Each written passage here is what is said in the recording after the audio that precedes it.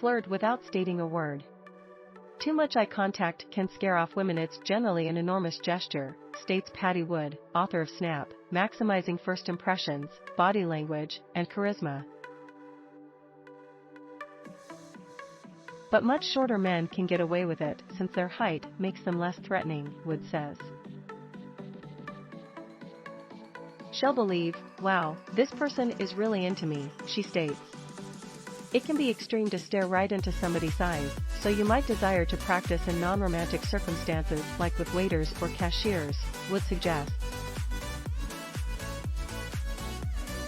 However, keep in mind, the objective is to reveal your interest, not sneak her out. Do not pry your eyes open broad like an owl. Did you understand that the typical woman is 5'5" and the majority of us choose men who are 8 inches taller than us? That suggests men need to be at least 6'1" to stand a combating chance. I utilize to be the woman who would not offer brief guys an opportunity.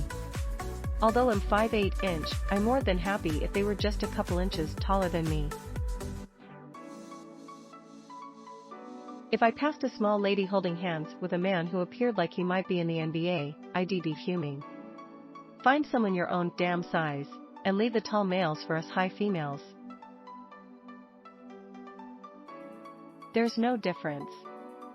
So this is me attempting to work out my karma, and provide back to all the single short guys I unfairly dismissed.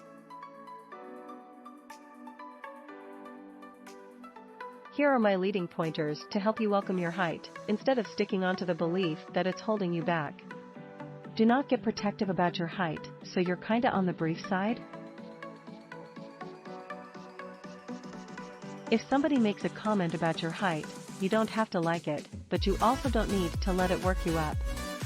You do you. Do not stress over what any person else has actually got to state about you. Tighten up your closet. Don't be strolling around in pants that are far too long, suits that are drowning you, or shirts that are bunching around your wrists.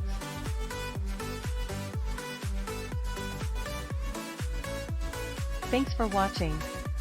Please subscribe and like.